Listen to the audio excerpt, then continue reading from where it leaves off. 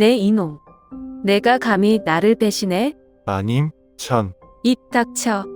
더러운 변명 따위 듣고 싶지 않아. 내 놈도 결국 똑같은 놈이었어. 그래. 난 배신자다. 하지만 마님은 알고 있어. 그놈들이 마님을 가만둘 리 없다는 걸. 그럼 넌 뭔데? 내 등을 찌르고 나서 이제 와서 후회라도 한다는 거야? 나는 마님을 지키고 싶었어. 웃기지 마. 날 배신해 놓고 이제 와서 보호해? 이러면 내가 내 놈을 용서할 줄 알았어? 아니, 난 이제 떠날 거요. 그래. 꺼져. 그리고 두 번 다시 내 앞에 나타나지 마. 믿었던 사람이 배신하면 당신은 용서할 수 있나요? 조선시대 남편을 잃고 홀로 살아가던 한 여인. 그녀가 유일하게 의지했던 사람은 머슴대길이었다. 하지만 어느 날 밤 무장한 사내들이 그녀의 집을 덮쳤다. 그리고 충격적인 진실이 밝혀졌다. 그는 그녀를 배신하고 떠났다. 그리고 단 일주일 만에 피투성이가 된 채 돌아왔다. 과연 그녀는 어떤 선택을 할까? 나는 윤이라고 한다. 조선시대의 한적한 마을에서 살아가는 젊은 과부다. 남편이 세상을 떠난 지 이제 겨우 한 달 남짓 지났을 뿐인데 내 삶은 완전히 무너진 듯했다. 남편, 성주는 마을에서 꽤 이름난 장사꾼이었다. 비록 양반 가문은 아니었지만 성실하게 돈을 모아 작은 기와집을 장만했고 나는 부족함 없이 살았다. 두 사람 사이에 자식은 없었지만 나는 만족했다. 성주는 다정했고 무엇보다 우리 집을 지키기 위해 누구보다 열심히 일했다. 하지만 인생은 한순간이었다. 남편은 갑작스럽게 병에 걸렸고 불과 열흘 만에 세상을 떠났다. 그날 이후로 나는 단 한순간도 편히 잠든 적이 없었다. 집안 곳곳에는 남편의 흔적이 남아있었고 툭하면 마루에 앉아 한숨을 내쉬곤 했다. 시댁은 남편이 죽자마자 내게 등을 돌렸다. 우리 성주가 죽었으니 너도 알아서 살아야지. 그들은 그렇게 말하며 내게 아무런 도움도 주지 않았다. 그도 그럴 것이 나와 성주의 결혼은 원래 시댁의 반대가 심했다. 성주는 내가 평민 출신이라고 해서 가족들의 눈총을 받아야 했다. 결국 그는 가족과 연을 끊고 나와 함께 살았지만 그가 세상을 떠나자마자 시댁은 내게 아무런 관심도 보이지 않았다. 한편 친정이라고 해서 크게 다를 것도 없었다. 부모님은 오래전에 돌아가셨고 오라버니는 그저 네 앞가림은 내가 해야 한다는 말만 남겼다. 결국 나는 이 집에서 혼자 남겨졌다. 남편이 남긴 재산이 있어 당분간은 버틸 수 있으리라 생각했다. 하지만 그것도 오래가지 않았다. 그날 아침은 유난히 조용했다. 나는 전날 밤 내내 잠을 이루지 못하고 뒤척이다가 겨우 새벽녘에 잠들었다. 그런데 이상하게도 집이 너무나도 고요했다. 원래라면 새벽부터 부엌에서 하인들이 움직이는 소리가 들려야 했는데 오늘은 아무 소리도 나지 않았다. 불길한 예감이 들었다. 나는 급히 자리에서 일어나 부엌으로 향했다. 그리고 거기서 믿을 수 없는 광경을 보았다. 부엌 문은 활짝 열려 있었고 식량 창호는 텅 비어 있었다. 거기에는 원래 한 달은 거뜬히 먹을 수 있을 만큼의 쌀과 장작이 있어야 했다. 그러나 남아있는 것은 부서진 쌀독뿐이었다. 나는 가슴이 철렁 내려앉았다. 설마. 급히 안채로 뛰어갔다. 서랍을 열어보니 금고도 텅 비어 있었다. 귀금속, 값비싼 비단들, 남편이 애지중지 모아둔 돈주머니까지 모두 사라졌다. 누가 이런 짓을. 나는 그제야 깨달았다. 하인들이 나를 배신하고 도망친 것이다. 내가 울고불고 할 새도 없이 문 밖에서 마을 사람들의 수군거리는 소리가 들려왔다. 저기 봐, 윤댁이 또 울고 있네? 과부 혼자 사는 집이 원래 위험하지. 그러게 친정으로 돌아갔어야지. 남편 죽은 지 얼마나 됐다고. 불쌍하기도 해라. 그들의 말이 비수처럼 가슴에 꽂혔다. 이제 나는 혼자였다. 남편도 가족도 하인도 없었다. 남은 것은 텅 빈 집과 막막한 미래뿐이었다. 며칠을 아무것도 먹지 못한 채 방에 틀어박혀 있었다. 하지만 이렇게 살 수는 없었다. 나는 스스로를 다잡고 마을 곳곳에 일꾼을 구한다는 소문을 냈다. 윤택이 새 하인을 구한대. 하지만 이제 돈도 없을 텐데. 그래도 저 집이 그냥 무너질 리는 없지. 소문이 퍼지자 몇몇 남자들이 찾아왔다. 하지만 그들을 본 순간 나는 절망했다. 한 명은 눈빛이 음흉했고 또 한 명은 술 냄새를 풍겼다. 그들은 마치 내 집이 아니라 나 자신을 탐색하는 듯한 눈빛으로 나를 바라보았다. 그중 한 명은 내게 다가와 느물거리며 말했다. 윤댕, 나만 믿으시오. 내가 집도 지켜주고 밥도 해주고 밤엔 말동무도 되어줄 테니. 나는 소름이 돋아 얼른 그들을 돌려보냈다. 이대로는 안 돼. 나는 포기할까 고민했다. 하지만 그때 문 밖에서 묵직한 발소리가 들려왔다. 이곳에서 일하고 싶소. 그가 낮고 단호한 목소리로 말했다. 이름이 뭐요? 대길이라 하오. 나는 그를 바라보았다. 이 남자는 과연 믿을 수 있는 사람일까? 아니면 또 다른 위험일까? 하지만 선택의 여지는 없었다. 나는 조용히 고개를 끄덕였다. 좋아요. 내 하인이 되시오. 그렇게 나와 대길의 기묘한 동거가 시작되었다. 대길은 다른 놈들과 달랐다. 키가 크고 어깨가 넓었으며 얼굴에는 깊은 흉터가 하나 있었다. 하지만 그 눈빛은 날카롭고도 묘하게 차분했다.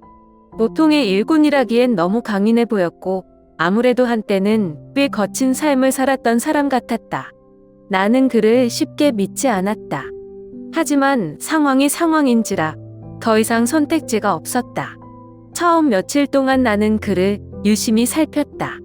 혹여나 내 집을 또 털어먹을 속셈이 아닌가 혹은 다른 수작을 부리는 건 아닌가 싶어서. 하지만 대길은 예상과 다르게 정말 성실했다.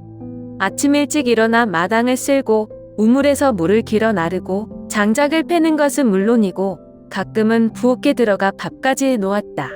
이 사람 대체 정체가 뭐지? 나는 점점 궁금해졌다. 어느 날 그가 조용히 책을 펼쳐보는 모습을 보았다. 조선시대에 그를 아는 평민 남자는 많지 않았다. 게다가 그는 한자를 익숙하게 읽고 있었다. 나는 무심결에 물었다. 대길, 너 글을 읽을 줄 아는 거야? 그는 고개를 들지 않은 채 대답했다. 조금요? 조금이라면서 꽤 잘 읽던데. 그제야 대길은 책에서 눈을 떼고 나를 바라보았다. 마님, 제가 어딜 가서 글을 배웠는지까지 알아야 하십니까? 나는 순간 당황했지만 애써 태어난 척 웃었다. 아니, 그냥 궁금해서. 보통 머슴들이 글을 읽을 줄 아는 경우가 드물잖아.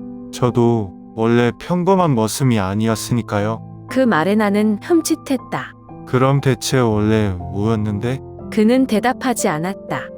다만 책을 덮고 자리에서 일어나더니 아무렇지도 않다는데 장작을 패러 나갔다. 그 후로 나는 더 이상 그의 과거를 묻지 않았다.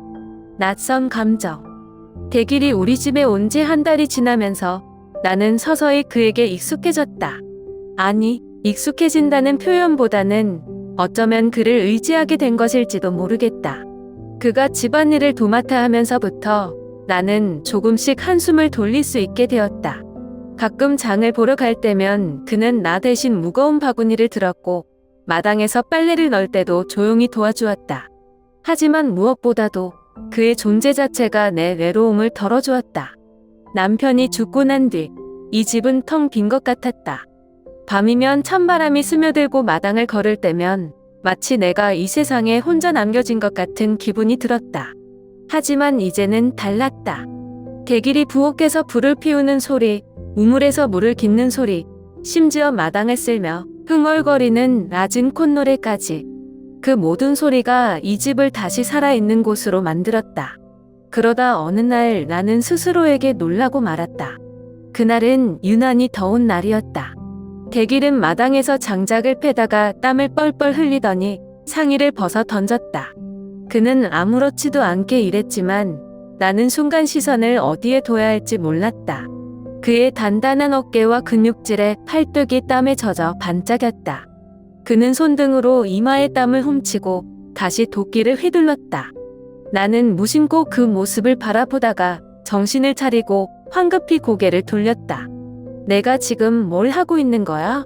그제야 심장이 빠르게 뛰기 시작했다.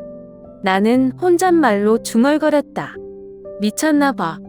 하지만 아무리 애써 외면하려 해도 그 이후로 나는 자꾸만 대기를 신경 쓰게 되었다. 나는 과부다. 그리고 그는 내 머슴일 뿐이다. 그렇게 스스로에게 되뇌었지만 어느새 나는 그의 발소리에 귀를 기울이고 그의 말 한마디에 마음이 흔들리고 있었다. 그를 향한 내 감정이 단순한 고마움인지 아니면 다른 무엇인지 나는 아직 확신할 수 없었다. 그날은 유난히 달이 밝았다. 조선에서도 더운 여름밤이 있었고 그날도 습한 바람이 뺨을 스치고 지나갔다. 나는 오랜만에 안채에서 나와 마당 한쪽에 걸터 앉았다. 낮 동안 장에 다녀오느라 온몸이 뻐근했고 이상하게도 오늘따라 술이 당겼다. 원래 남편이 있을 때는 가끔 둘이 마주 앉아 한 잔씩 나누곤 했다. 하지만 남편이 떠난 이후로는 술을 마시는 날보다 마시지 않는 날이 더 많아졌다. 그런데 오늘은 그냥 조금 마시고 싶었다. 나는 주모에게서 사온 약주를 조심스레 따르고 한 모금 넘겼다. 목을 타고 흘러내리는 따뜻한 기운이 온몸에 퍼지는 기분이었다. 그때였다. 귀 쪽에서 인기척이 느껴졌다. 고개를 돌리자 대길이 서 있었다. 그도 오늘따라 쉽게 잠들지 못한 듯했다. 그는 나를 한번 바라보더니 무슨 말이라도 할 듯 입을 열었다가 다시 다물었다. 결국 아무 말 없이 내 맞은편에 앉았다. 나는 조용히 그를 바라보았다. 달빛이 그의 얼굴을 비췄다. 강한 턱선, 깊은 눈매. 그의 눈빛은 묘하게 어두우면서도 깊었다. 나는 천천히 술잔을 기울이다가 갑자기 그에게 잔을 내밀었다. 너도 한 잔해. 대길은 놀란 듯 나를 쳐다보았다. 머슴이 술을 마셔도 됩니까? 이 밤의 머슴이니 주인이니 그런 게 어딨어. 그는 잠시 망설였다. 하지만 결국 잔을 받아들고는 단숨에 들이켰다. 목젖이 움직이며 술을 삼키는 모습이 선명하게 보였다. 나는 무심코 그런 모습을 바라보다가 피식 웃었다. 술 잘 마시네. 그는 아무 대꾸 없이 잔을 내려놓더니 나를 바라보며 조용히 물었다. 마님, 저 안 무섭습니까? 나는 그 말에 의아해서 되물었다. 갑자기 왜 그런 걸 묻지? 저에 대해 아는 것도 없으면서 이렇게 밤에 같이 술을 마시고 저 같은 놈은 믿으면 안 됩니다. 나는 술잔을 내려놓고 그를 똑바로 바라보았다. 그럼 너는 나를 믿을 수 있어? 대길은 내 예상치 못한 질문에 순간 말을 잃었다. 나는 가볍게 한숨을 쉬었다. 믿고 안 믿고가 뭐가 중요하냐. 어차피 내 곁에 남아줄 사람은 너밖에 없는데. 그 순간 대길의 표정이 흔들리는 게 보였다. 하지만 그는 아무 말도 하지 않았다. 그렇게 우리는 더 이상 말을 잇지 않았다. 서늘한 바람이 불었고 나는 조용히 잔을 채웠다. 대길은 묵묵히 내 옆에 앉아 있었다. 그날 이후 우리 사이의 공기는 미묘하게 변했다. 그날 밤 잠이 깊이 들지 않아 뒤척이고 있었는데 갑자기 이상한 소리가 들렸다. 마당 쪽에서 나는 인기척이었고 분명한 발소리였다. 심장이 철렁 내려앉았다. 이 시간에 누구지? 대길인가? 나는 조심스레 방문을 열고 나왔다. 그런데 눈앞에 펼쳐진 광경에 그대로 얼어붙고 말았다. 거친 얼굴의 사내들이 마당을 가득 메우고 있었다. 손에는 칼이나 몽둥이 같은 무기를 들고 있었다. 나는 본능적으로 뒷걸음질 쳤다. 그중 한 명이 앞으로 나섰다. 대길, 내 놈 맞지? 그 목소리가 어둠 속에서 낮게 울렸다. 나는 얼른 대길을 찾았다. 그런데 이미 그는 내 앞에 서 있었다. 언제 나왔는지 모르게 빠르게 움직여 나를 가리고 있었다. 그는 한 손으로 나를 뒤로 밀어내며 낮은 목소리로 말했다. 뒤로 가십시오. 나는 그의 등에 손을 올린 채 상황을 파악하려 했다.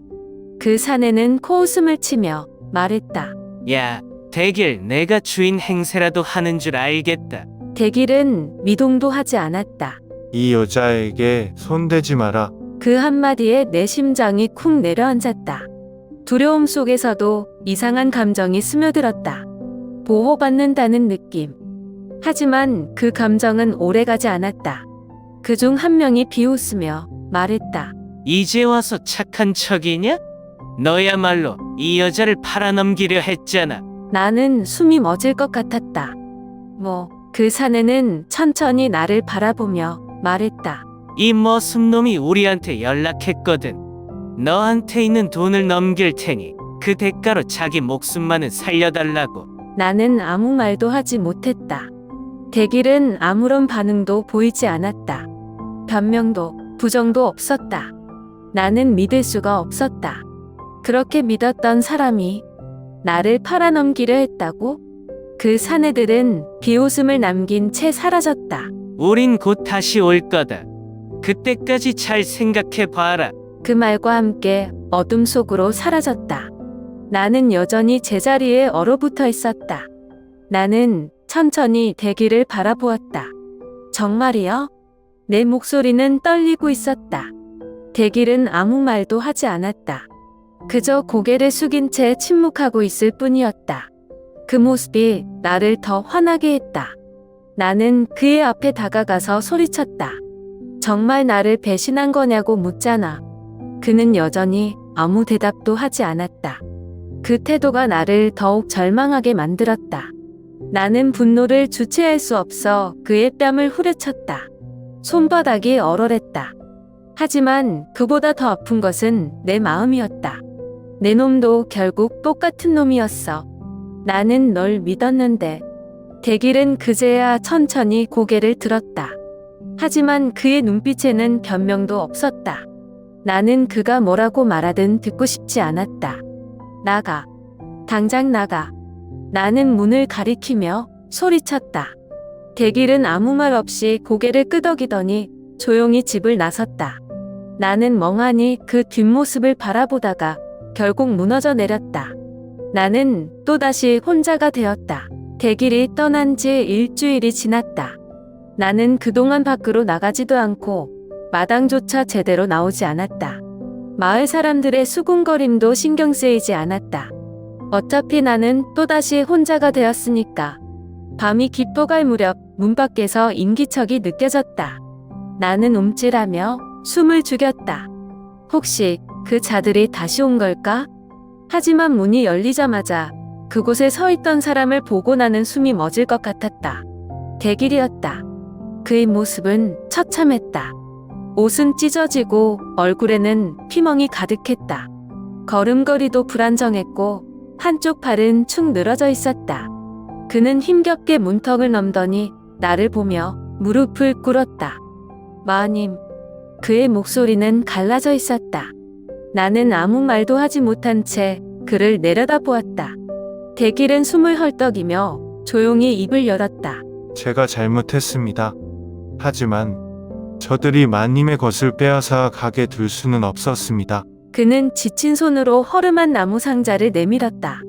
나는 조심스럽게 그것을 받아들고 떨리는 손으로 뚜껑을 열었다. 그리고 그 안을 본 순간 손에서 놓칠 뻔했다. 그 안에는 내 재산 문서들이 들어있었다. 이건 나는 믿기지 않아 한 장식권에 확인했다. 땅 문서, 집 문서, 남편이 남긴 유산의 기록들. 이 모든 것이 내가 잃어버렸다고 생각했던 것들이었다. 나는 다시 대길을 바라보았다. 이걸 어디서 가져온 거야? 대길은 힘겹게 숨을 고르며 대답했다. 되찾아왔습니다. 놈들이 감춰둔 곳에서. 나는 숨을 삼켰다. 그러면 저 몸의 상처들은? 나는 그에게 다가가려고 했다. 하지만 대길은 천천히 고개를 저었다. 하지만 저는 여기에 남을 수 없습니다. 그 말에 내 손이 멈췄다. 무슨 소리야? 전 이미 마님을 배신한 사람이니까요. 그리고 더 이상 마님 곁에 있을 자격이 없습니다. 그는 힘겹게 몸을 일으키더니 문 쪽으로 돌아섰다. 나는 본능적으로 그의 손목을 붙잡았다. 가지마. 내 목소리는 거의 속삭임처럼 나왔다. 나는 그를 잡아야만 했다. 그는 내 곁을 떠난 사람이지만 결국 다시 돌아왔다. 만약 이번에도 보내면 나는 2번 다시 그를 볼 수 없을지도 몰랐다. 하지만 동시에 두려웠다. 한 번 배신한 사람을 다시 믿어도 될까? 나는 대길의 손목을 잡고 있었다. 그리고 한참 동안 그를 바라보았다. 믿어야 할까? 아니면 보내야 할까? 내 안에서 두 감정이 격렬하게 싸우고 있었다. 이 남자는 나를 배신한 사람이다. 하지만 또다시 내 곁으로 돌아온 사람이기도 하다. 나는 그의 손에 쥐어진 상자를 내려다보았다. 그가 목숨을 걸고 되찾아온 것. 나는 깊이 숨을 들이마셨다. 그리고 천천히 그의 손목을 놓았다. 내 목소리는 떨리고 있었다. 하지만 결정을 내린 이상 다시 주워 담을 수 없었다. 대길은 잠시 그대로 서 있었다. 마치 무슨 말을 해야 할지 모르는 것처럼. 그리고 아주 조용한 목소리로 말했다. 죄송합니다. 그는 고개를 숙이고 한 걸음씩 천천히 나갔다.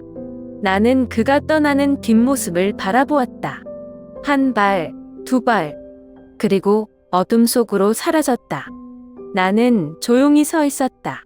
이제 정말 끝인가? 아니면 나는 아직도 모르겠다. 하지만 한 가지 확신할 수 있는 것은 이 이야기는 여기서 끝이 아니라는 것이다. 그는 언젠가 다시 돌아올지도 모른다. 그리고 만약 돌아온다면 나는 그때 어떤 선택을 하게 될까?